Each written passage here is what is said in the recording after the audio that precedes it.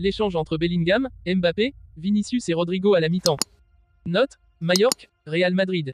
Majorque, Real Madrid, Carlo Ancelotti cible le gros défaut des merengues depuis le début de saison. Real Madrid, une énorme menace de l'Arabie Saoudite en cette fin de mercato. Avant de commencer, si c'est la première fois que tu passes ici, je t'invite donc à t'abonner, c'est gratuit, ça prend 2 secondes et ça fait plaisir. Merci beaucoup à toi. Jude Bellingham a fait comprendre à ses attaquants qu'ils devaient mieux terminer les actions. Retour à la réalité pour le Real Madrid après la Supercoupe d'Europe remportée face à l'Atalanta. Les Madrilènes ont été tenus en échec dès la première journée de la Liga sur la pelouse de Mallorca et les locaux ont même eu les situations en fin de match pour faire tomber le champion en titre. Les Madrilènes avaient pourtant ouvert le score grâce à une conclusion de Rodrigo qui a fait suite à une action où les 4 fantastiques ont été impliqués, comme face à l'Atalanta. Ces derniers n'ont toutefois pas su trouver une deuxième fois la faille pour mettre à l'abri la Maison Blanche, mais ce n'est pas tellement ce qui leur est reproché. Pendant la pause, Jude Bellingham avait pourtant prévu, il faut conclure les actions. Le Britannique a initié une discussion avec ses 3 coéquipiers et les caméras de Movistar étaient là pour capter ce moment. Je pense que quand on permute, ils ne nous suivent pas. Et à partir de là tu peux donner des passes de l'autre côté, rapidement, peut-on entendre en premier lieu de Kylian Mbappé envers Vinicius Junior. Puis Bellingham a rejoint la discussion.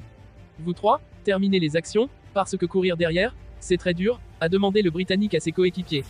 Mbappé lui donne raison, c'est ce que je dis. On doit finir les actions par quelque chose. Et l'Anglais poursuit, tentez, tenez, créez un espace et frappez au but. Précisément, le but de Mallorca intervient après une perte de balle madrilène qui mène à un corner puis le but de Muriqi. Le club madrilène a souffert en transition et Carlo Ancelotti n'a pas précisé son mécontentement à ce sujet. L'équilibre se trouve avec les joueurs qui pensent la même chose quand il faut récupérer le ballon. Il faut presser ensemble. Tout le monde pense que c'est un problème lié aux attaquants, mais ça peut aussi être les milieux ou les défenseurs. Ils n'ont pas compris que c'était un aspect très important. Mallorca a été meilleur que nous, le nul est juste, a reconnu l'Italien en insistant sur l'engagement collectif.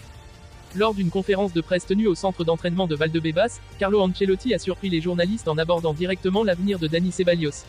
Le milieu de terrain espagnol, autrefois considéré comme l'une des grandes promesses du Real Madrid, semble désormais en marge des plans du technicien italien.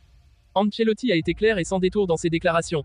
Astérisque, Dani est un excellent joueur avec beaucoup de qualité, mais malheureusement, il ne trouve pas sa place dans l'équipe actuellement.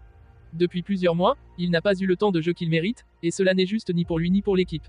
Il est à un moment de sa carrière où il doit jouer régulièrement, et je lui ai dit en toute franchise qu'il serait préférable qu'il cherche un nouveau club. Astérisque.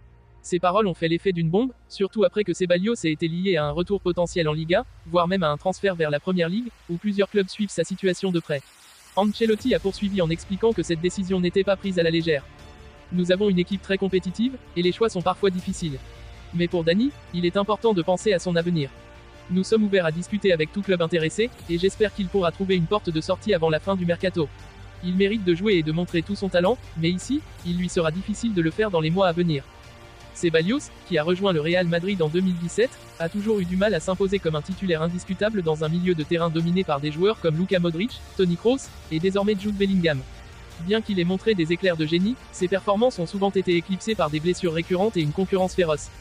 Le joueur de 27 ans n'a pas encore réagi publiquement aux propos de son entraîneur, mais des sources proches du club indiquent qu'il serait déjà en pourparlers avec son agent pour explorer des options ailleurs. Une chose est sûre, le mercato d'été pourrait réserver encore quelques surprises, et le départ de Dani Ceballos du Real Madrid pourrait en être une des plus marquantes.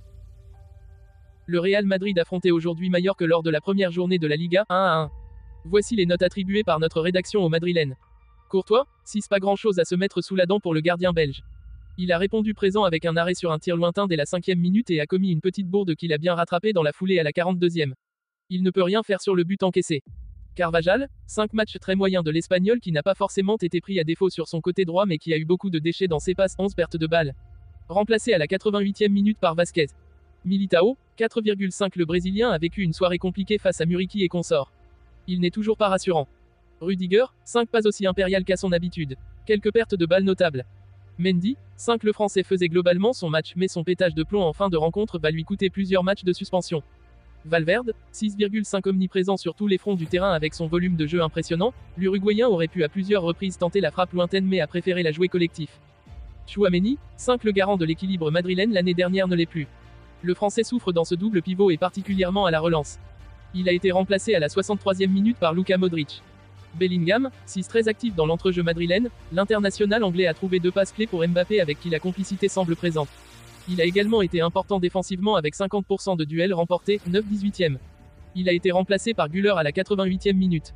Étoile Rodrigo, cette remuant sur son côté droit avec 66% de dribble réussi et juste dans ses choix de jeu, l'ailier brésilien a débuté la match de la meilleure des manières avec un beau but à la 13e minute.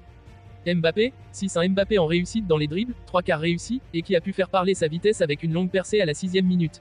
Il a beaucoup combiné, notamment avec Bellingham et Vinicius. Il a manqué de réussite dans la finition, 4 tirs tentés, mais a beaucoup proposé, notamment en seconde période.